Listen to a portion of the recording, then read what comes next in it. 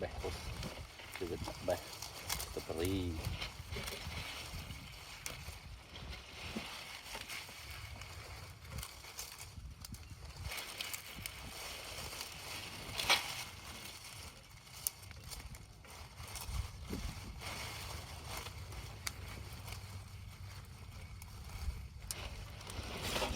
đang thứ bảy thôi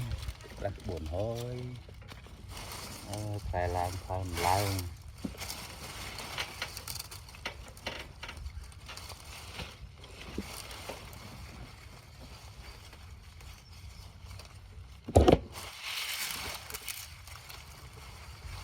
bóng ôn ở Australia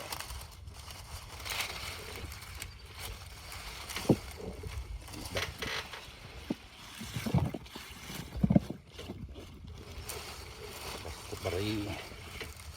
thì thơ đây lai thơ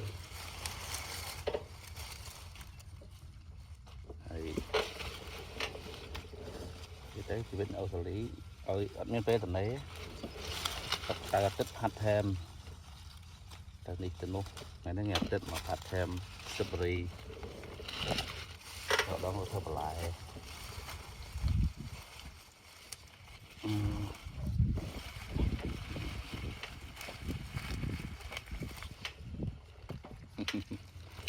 thôi thôi à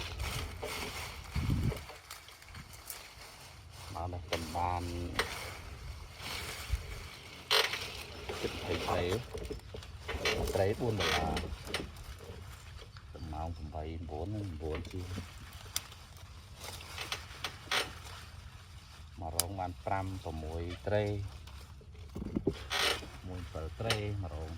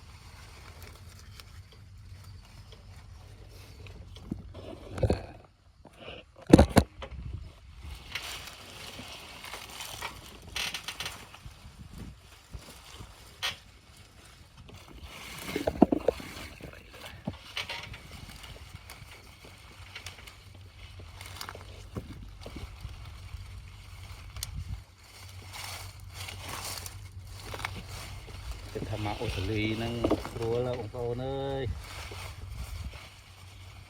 ca hoạt nè ngày